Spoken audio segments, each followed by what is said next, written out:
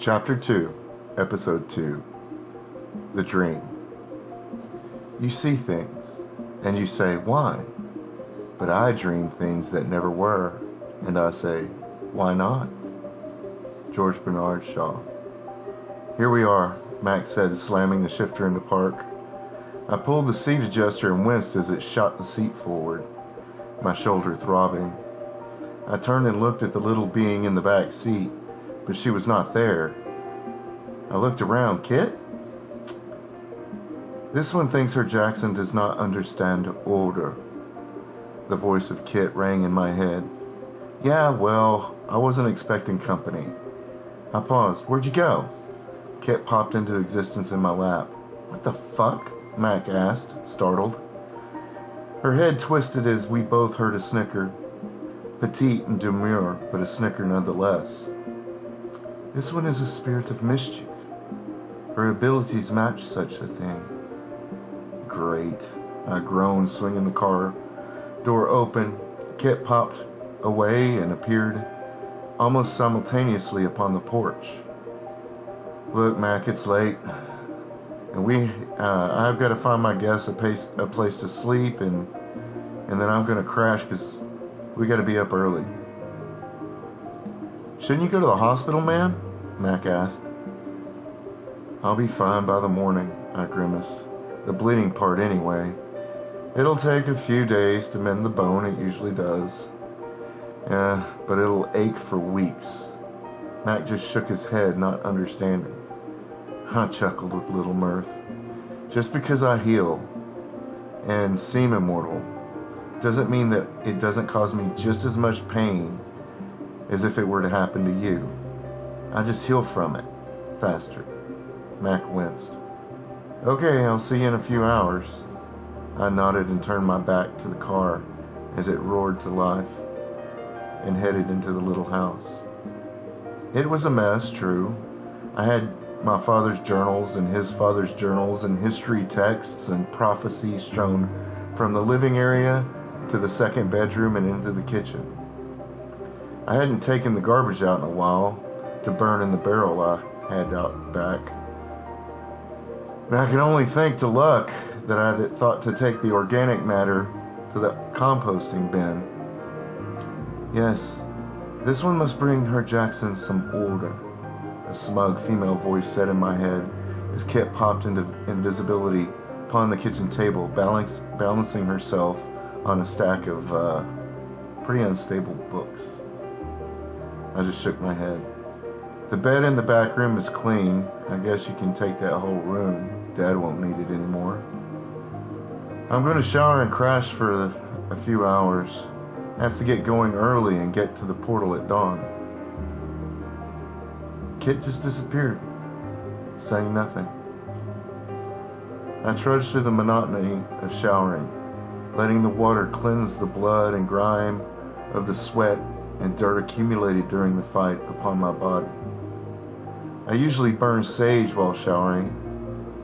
In the old ways, as I was raised, the act of bathing was a cleansing ritual, just as in baptism.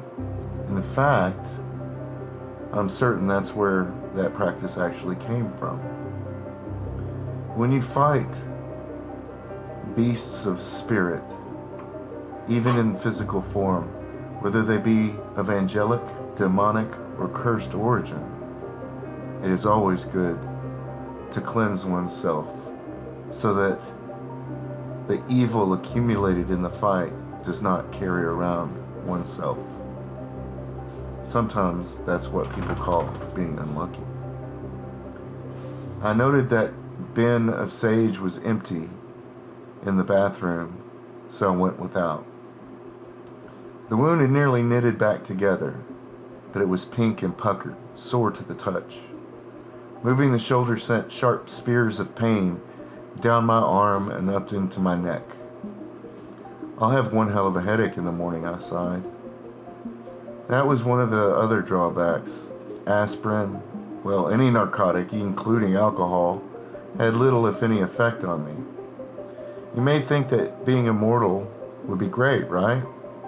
No, the drawbacks far outweigh the benefits. if there are even any benefits really at all. To be destined to outlive everyone you come to know and care about. That's a living curse, all its own. And I was still young, but the time my father lived, he wouldn't have been the cynical, emotionless bastard he'd been if he hadn't lived for over 2,000 years and watched everything and everyone that he loved die and wither into dust.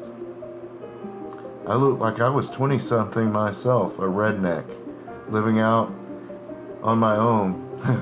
My closest neighbor was 40 miles away, and they thought I was some kind of survivalist guy. But I was in my mid-40s.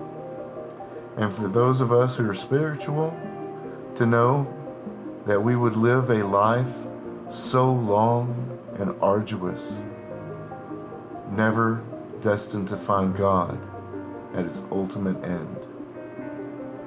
That's what the curse is all about. Forever removed from the sight of God. God is love. And without that, life is a torment.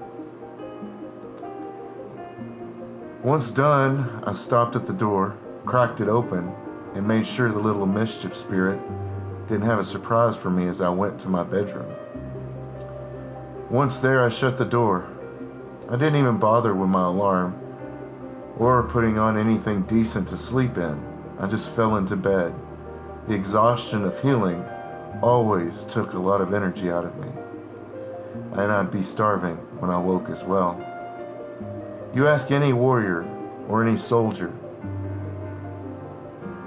if they could find a place to sleep or if it was difficult. Once you use your adrenaline as a source of power on a daily, hourly, even momentary basis, then you must learn to fall asleep when and if you can, as quickly as you can, and sleep as deeply as you can, no matter where you are or how comfortable. You just give your body what it needs so that it can do it all over again until you're out of whatever god shit that you got landed yourself into. I found myself off into a deep sleep within seconds of falling into my bed. Sitting on a bench, I found myself in a snowy garden surrounded by cherry trees. The beautiful scene was moving, painting with blossoms falling upon the floor, carpeted by the same. Though the ground was filtered with the white powder of snow, the breeze was just cool and comforting as early spring. I almost missed the movement, caught up as I was in the calming of the garden, a sort of spiritual balm that I had been longing for unknowingly. A young and beautiful princess moved far off in the trees, her traditional robes white with lace, trim in a pattern that reminded me of a living dragon, the silk shimmering and moving in the breeze. The white was touched almost gracefully with hints of red, as if the embattled dragon moving along the robes bled for her from his wounds. Her hair was as white as the snow, white and glowing in the mistings of sunlight that seemed to shimmer through the trees. The closer she moved, the more I understood that she was coming to me, to find me, her eyes glinting green with intelligence and laughter. The painted face, that much like a geisha, yet more regal, seemed severe, but welcoming all at once. In her arms she carried a tray, traditional bamboo, with a bamboo tea set balanced upon it. Her pale yet glowing hands gripped the tray, as if holding it were her only purpose. I stood as she came close, noting for the first time a small, low table now sat before us, surrounded by pillows that resembled the same otherworldly fabric and colors of the princess robes. Before I looked back to her, I noted that I wore the same similar traditional robes fit for my gender, with the exact same pattern and colors of sprinkled blood. She bent formally and placed the tray upon the table and looked me in my eyes. It was familiar, so familiar that I didn't even question when the woman motioned for me to sit. It was like the soul behind those eyes, that I'd known them my entire life, if not since before my life began. She sat and waited, just watching, lost. I didn't even know what I was lost in. I began to speak, grasping at some inkling of rationality far back in the reaches of my foggy brain. "Who?" I began, but she placed a warm and lingering finger upon my lips. She opened the teapot, releasing steam that seemed far too much and far too relaxing to be real. She mixed in a powdered tea, using motions that showed a care and ritual I'd never paid attention to before, though I'd witnessed tea rituals before. But my foggy mind knew it was very important to the culture, yet could not bring up why or how. She bowed her head over the tea while it steeped, as if in prayer. I needed to know who this person was, why she seemed so familiar, why I felt a connection. But I was lost in watching her, watching the ritual as she played it out before me, for me, as if I were the purpose. In watching her, as if I knew she could teach me something, would teach me something, and must teach me something. At some predetermined amount of time, she suddenly reached back to the teapot and lifted it. The motions, again, practiced and ritualistic. She poured, lifting the pot as she did, to let the light, as if to let the light of the afternoon sun and the now faint breeze infuse the liquid with God's love as it entered each cup. Slowly, she set the pot down and motioned for me to lift my cup as she did her own. We spun them in unison. The number of times I knew not, nor could I recall why. Both of us met one another's eyes, never blinking, never even thinking of looking away. The tea itself was as if it was the first time I'd ever tasted any mint. The cool, yet hot liquid slid into me, and I felt the warmth, tinged with the coolness, blend into my being, not just my body, but my spirit and my mind as well. It cleared my mind for a mere instant of the fog the dream had called upon it, and I at last knew it was a dream and began to speak once again. Who are you?" I asked, my gravelly voice blurred. She giggled and covered her mouth, the ritual apparently over, and then disappeared. Her tray, tea set, table, pillows, and taking the dream with her. I woke with a start and smelled the sage upon the waking. Apparently, Kit had found it, the pile I kept in the kitchen cupboard. The eyes of the Japanese princess lingered in my mind, and I did not want to let him go. I inspected my shoulder, for the pain I'd expected there wasn't there at all, and it seemed completely fine. I dressed in jeans and a black t-shirt, leaving the room as if I expected the beautiful woman to be waiting for me. But I forgot her when I saw what was waiting for me. The place was clean. More than that, the place was immaculate. And well, shit, redecorated. The first thing a female does, I began, my father would always say, is put curtains on the windows so you can't see what's coming.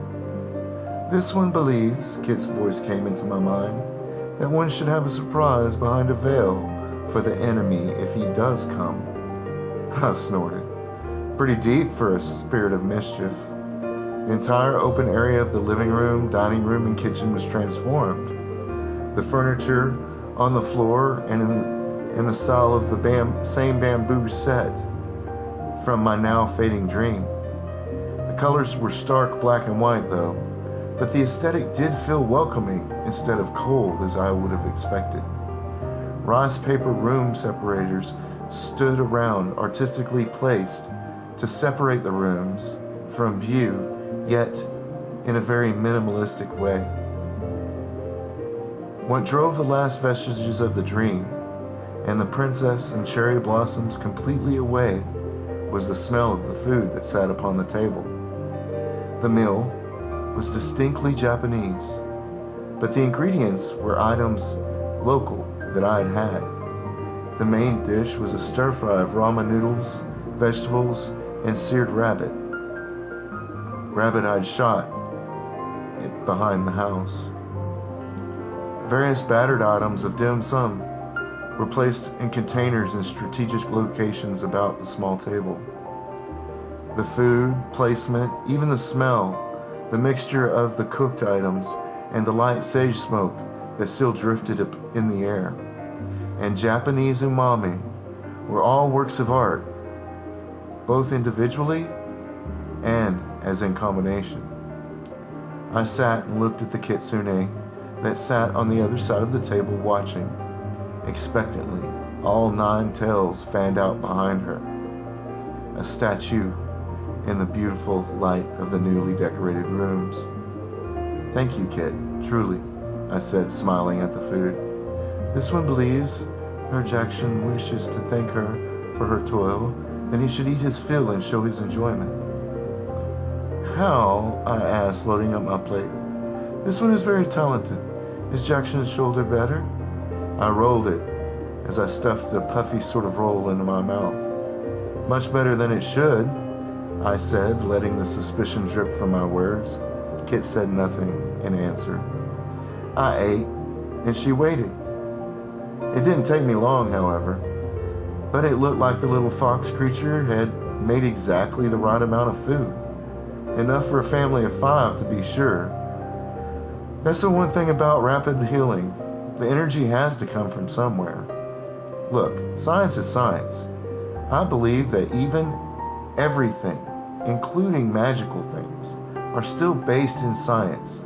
Maybe science we don't understand yet, but science is only the attempt of humans to explain what will never completely be understood. How God did everything. I looked up and Kit said, Mac? I looked up and Kit said, the Mac will be here soon with the wizard.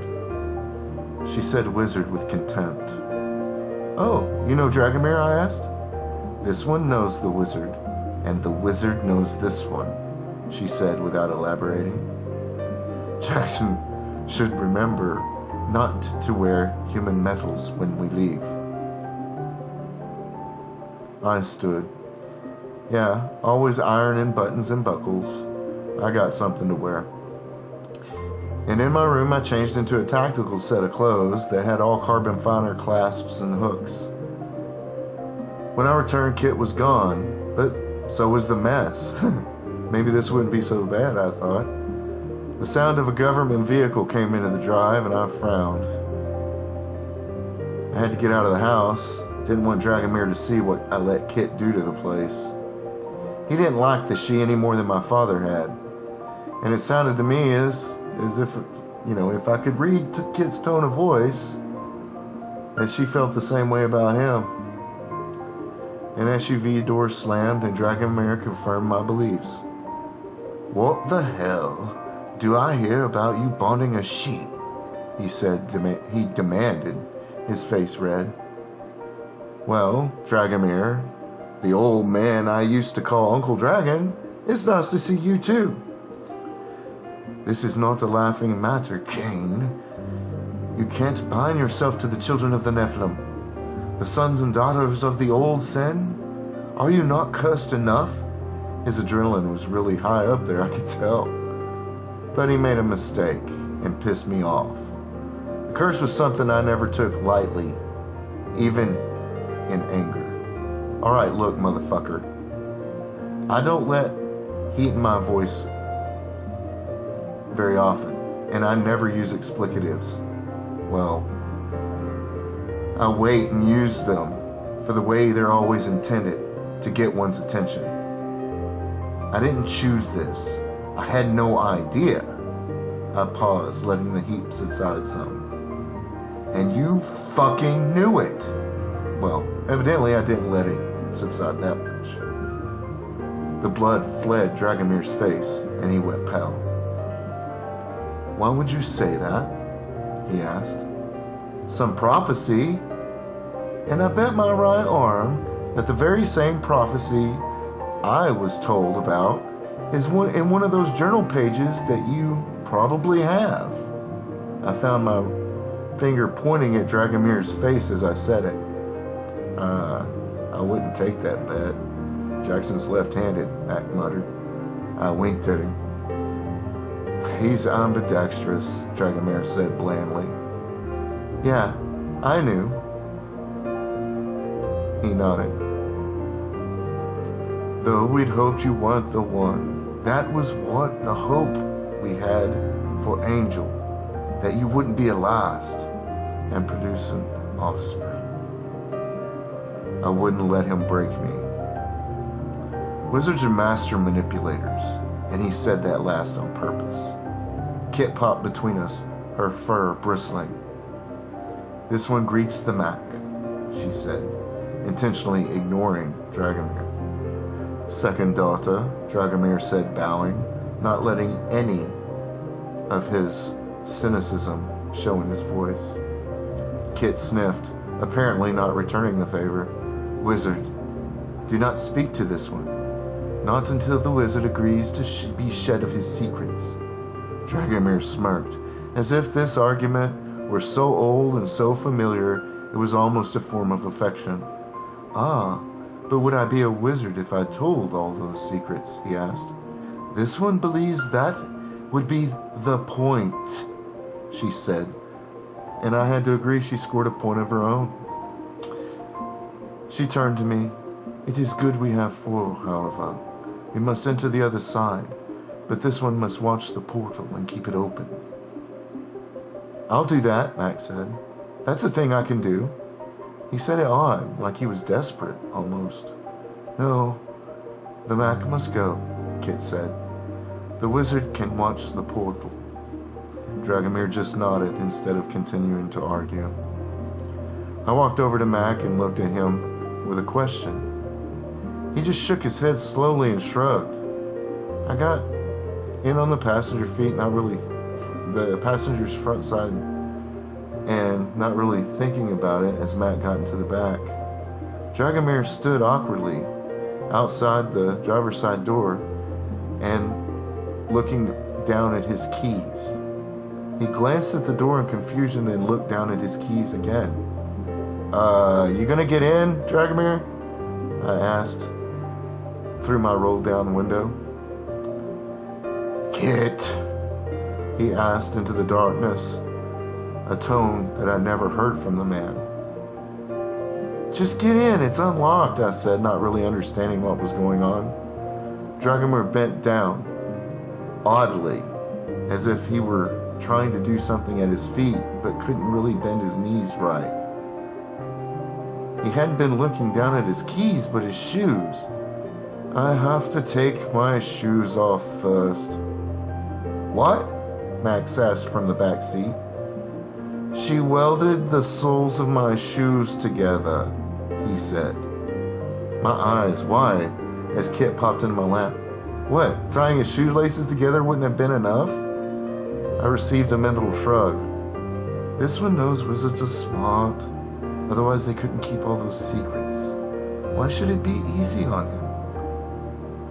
And as he goes to guard the portal in the busy botanical gardens on a weekend, he's going to be standing in his socked feet in a three-piece suit, sporting a badge trying to keep people away. They're going to think he's insane, Mac laughed. Mischief, Kit said into my head with a distinct feeling of a smile. This concludes Chapter 2, House of Cain, Den of the Wolf. I hope you've enjoyed this. And as always, I welcome any criticism and all criticism.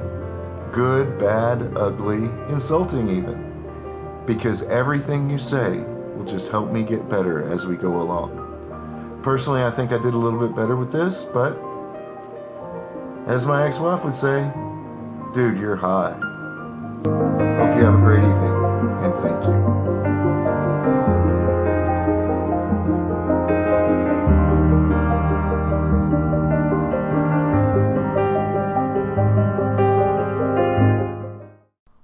This is StoryMan-Jack, and we hope you've enjoyed this program.